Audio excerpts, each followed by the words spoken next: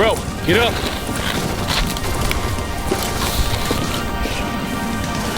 Time to show them what this poverty state armory pours can do.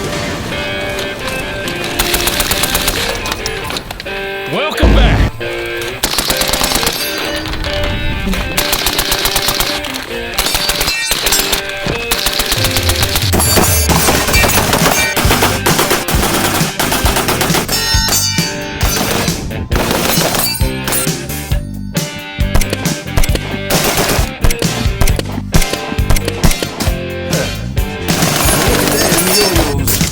Way you do it.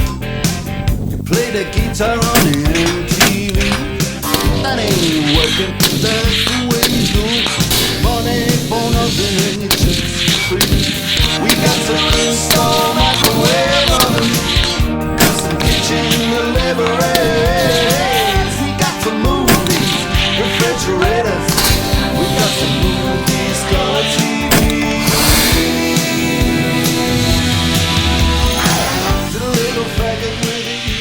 Your life, as long as you can remember, you once seen a musket, but not just any old pilgrim musket.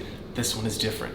It oozes flat, dark earth tactical drip. You remember growing up and seeing this long and girthy FDE masterpiece in the hands of cool guys on CNN and everywhere, and it made other parts of your body twice as long as that slide over gate latch can. So you finally saved up enough pocket and decide, hey, it's time to get myself one. So you wake up, look at yourself in the mirror, throw up a PowerPoint and say, you have earned this. And you climb into your tactical, lifted FDE Overland Tacoma finance at 69% APR and arrive at your local FUD store with your piggy bank in hand. You kick open the doors, knocking out Grandma, who has just sold a stunning new pink Ruger LCP. No matter, she knows you mean business. Touchdown spike, Porky the pig, shatter it against the ground. You proudly slap your mountain of dead presidents and say, where you keep them M110s. He points to the wall of ATI and Bear Creek Arsenal carbines and utters with his hands trembling, there she is. You turn your back on him mid-sentence, you grab the gun and walk out the door, leaving nothing behind to see but your Punisher Skull shirt and a pile of $69.42 on the counter.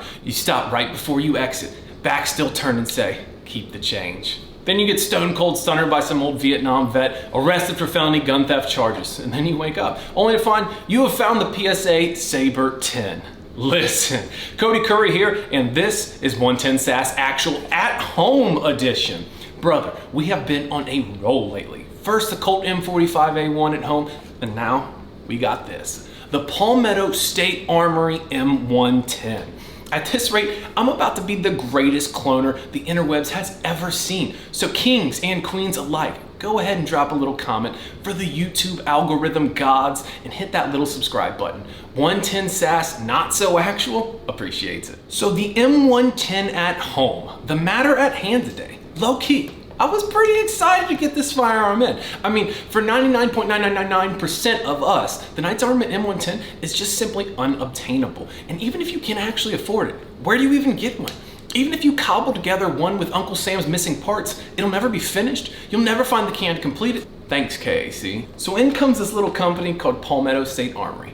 While a lot of the gun world isn't exactly dropping crazy cool things, these folks are like pumping out a brand new platform and weapon from the ground up, like on the daily. Like XYZ brand says they're dropping an all new gun, blah, blah, blah, blah, blah. It takes 2 years to get in civilians' hands. It rolls out at like 1.5 total for the entire community a month for the next year or so, for it to be the exact same thing as before with just another M-lock slot on the rail or something. Changing the game, bro. Nah, more like I'm changing brands, bro. Meanwhile, Palmetto State Armory says, yo, you know what would be cool? A 10mm 1911. How about a piston AR-15 with a folding stock? How about a new large frame gasser offered in 7.62 and 6.5 Creed and it looks like an M110? Yeah, let's do that. Say what you want about PSA, but what you're saying is probably true about them. At least they're making some new and interesting stuff. And you know, I think that has some real merit. So let's dive into this and really talk in depth about the M110. I think the question everyone is asking themselves is whether or not this thing is actually going to work and for how long is it going to work. Honestly, all I wanted to know before I bought it was exactly that. Now, PSA isn't exactly known for crafting a masterpiece of a firearm. In fact, it'd probably take about 30 business seconds on Google to find some scathing reviews on most of their lineup. I mean, we all know PSA probably is one of the cheapest costing AR-15s on the market. And while not always with extremely low cost, most of the time that means low quality. Low quality usually means low reliability. But recently, PSA started to change up their lineup, started putting out a product twice the cost of their typical carbine. And you have to assume that when a company known for cheap stuff introduces a new product at 2 and 2.5 times their typical price range, well, maybe they're gonna do something different with this product. Better machining maybe? Better quality control? Just an overall better platform. Something that should be twice as good, right? So let's dive in. First things first, I think PSA did a pretty knockout job with this weapon as far as aesthetically.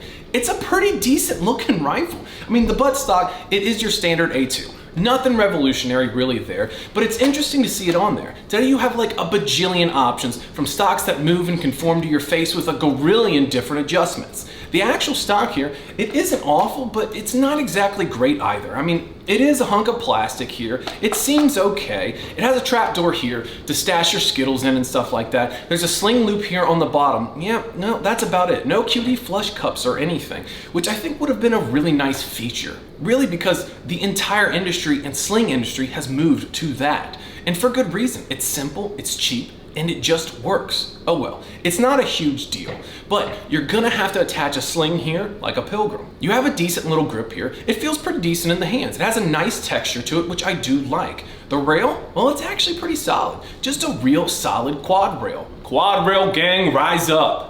It does have some QD flush cups milled into it, so that is nice, but you're still attaching the buttstock sling mount like a Pilgrim, so I mean, it's whatever, I guess. I don't know.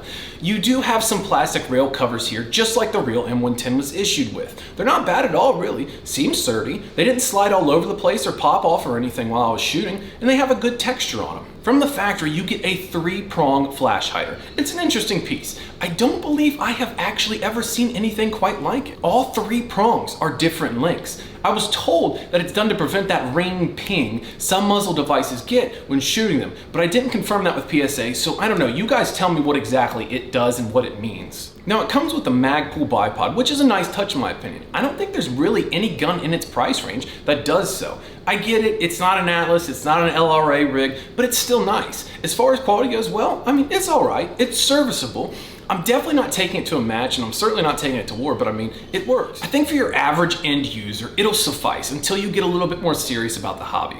It comes with an ambidextrous charging handle made by Radian with a little PSA logo on it. It's a solid piece, and I think it's a great pair for the rifle, and it's a nice touch. A good charging handle is nice for manipulating malfunctions, well, which PSA might be known for. So obviously, aesthetics mean nothing to reliability, but it's obviously the most important thing, right? Anyways, let's talk about the actual feel of this rifle. It's definitely lighter than an actual M110. Fully kitted and loaded, it came in right around 16 pounds, and while my M110 was closer to like 19 to 20. It points well, and it swings pretty solid. I think one thing that really impressed me was the trigger, the Saber Claw 2-stage, which I'm like 99% certain it's a Schmid match trigger, but I think it's pretty rad for it. For the price of a Schmid, well, they're pretty tough to beat actually. It's really a surprising and nice crisp break, so that's a nice feature. But how does this gun actually run? Well, fellas, the fun stops there, unfortunately. It was literally my second mag out of the gun. It became completely inoperable. Gun literally wouldn't fire. Awesome, right? So I strip in the field and I'm trying to figure out what's going on, what's happened. Well, I can't get the dang thing open because they're still around here in the chamber and the bolt wouldn't seat home all the way and the carrier was just a touch into the buffer tube. So I had to quit, had to go home after I dislodged the live round, mortaring the bolt carrier back, and then back into an empty chamber, I was able to take a peek. Yeah, that's a bent firing pin and a bent retaining pin. Gun is inoperable, a boat anchor. Knowing this would be the end of the video content until I made that warranty claim, go through all that, I realized I had a perfectly fine 14.5 Knight's Armament 6.5 Creed gun in the safe. So I went and robbed that bolt carrier group from that and slid it into the M110. I cycled a couple rounds and decided it was good enough for government work, headed back out to the range. After that, the gun, well, it was okay-ish. We had quite a few malfunctions. all of which some sort of failure to feed. Most of the times, it wouldn't seat the bullet all the way home. However, there were a couple stuck on the feed rams, and then one time, the bolt carrier completely overrided the fresh bullet in the mag, leaving a giant indentation on the case body. Are you silly? We still sent it. It's pretty frustrating because it's chambered in $1 bills, even with the cheapest stuff. The gun, it comes with 3 PMags, so that's what we used for most of the video. However, we did get a few Knight's Armament SR25 mags in there, and it didn't seem to matter who made the mag, same issues. Now, when the gun is actually running, it actually feels pretty awesome. And to be honest, it's incredibly soft shooting. The rifle length buffer system really makes a smooth recoil impulse. And I could really get this thing running hard and running fast. It's a quick shooter. It points and swings well, it's balanced, and it feels pretty okay for such a large and heavy rifle. It has an adjustable gas block so you can dial into the perfect setting, which should aid in a reliable cycle. I'd like to note, well, it ran pretty clean, even with a can, so that's kind of nice. But the best malfunction of all, well, watch this clip and tell me what you think happened.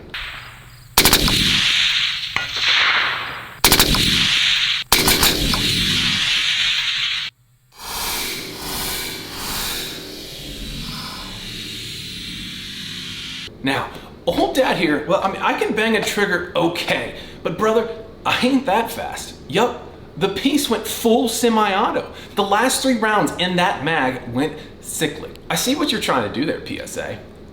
But seriously, this ain't good for obvious reasons. Well, for starters, I was shooting 140 grain Burger hybrids that cost like $1.75 per bang. So like, that's cool. Quick tangent here, accuracy wise. I don't have anything great to say about that either. It would send flyers with absolutely no reason. It was getting to the point where I thought like I was having baffle strikes on my can or something. So I took it off. Nope, not that. So I went and shot more with the factory muzzle device. Same garbage. It's basically like a 1.75 MOA platform that's more like a 3 to 5 MOA gun because you just have these boogers flying everywhere for whatever reason. Anyways, secondly, what if that mag had been full? Talk about riding the lightning in a total waste of money. Watch these 3 shots again. First pill lands where I asked it to. The second and third sail like 20 feet over my berm. Not very cash money, bro. Now luckily I live on enough land with a forest behind there so they don't leave the property. But come on, PSA, that's absolutely absurd. It's 2023 and something straight out of the box with nothing but stock internals shouldn't be going cyclic. I wasn't able to repeat this with the KAC bolt carrier group and the weapons, so who knows what actually really happened. I'm going to assume something slipped in the sear, but I can't say. But it was only 30 rounds later did the gun become a boat anchor and break parts. I genuinely don't even feel comfortable handling this weapon after that. You just really don't know what it's actually going to do. Well, actually scratch that, you know exactly what it's gonna do. It's gonna do one of 3 things. It's gonna break down, go rock and roll, or jam. Do better, PSA. I spent $1,300 real American dollars, not even Monopoly money on this hunk. And I can't even make it to 750 rounds without a breaking, without a jamming, or running away cyclic. I mean, so here's the thing, guys. I wanted to like this gun. It's a very good looking weapon. I like the underdogs. I want them to be better than the best of the best for a fraction of the price. I mean, who doesn't want to spend less and get more? Heck, I even have a few PSA things. I have their dagger, which ironically feels better than a stock Glock and a 5.56 upper that's taken an absolute beating and still runs great. Those two, they're great little pieces, but in true PSA fashion, the M110 Sabre, it let me down. I genuinely hope I can get this thing like up and running right because, well, it would be a nice little blaster to have and keep in the safe. But until then. No, your PSA is not just as good.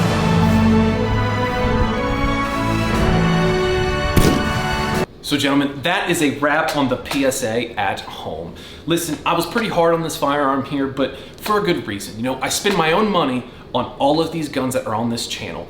And when I'm just not satisfied with it, guys, I'm gonna tell you about it because I feel you deserve to know as well. If you were going to spend any amount of money on something, you should know whether or not it's going to be worth it. It's 2023, we're in some crazy depression probably, I don't know.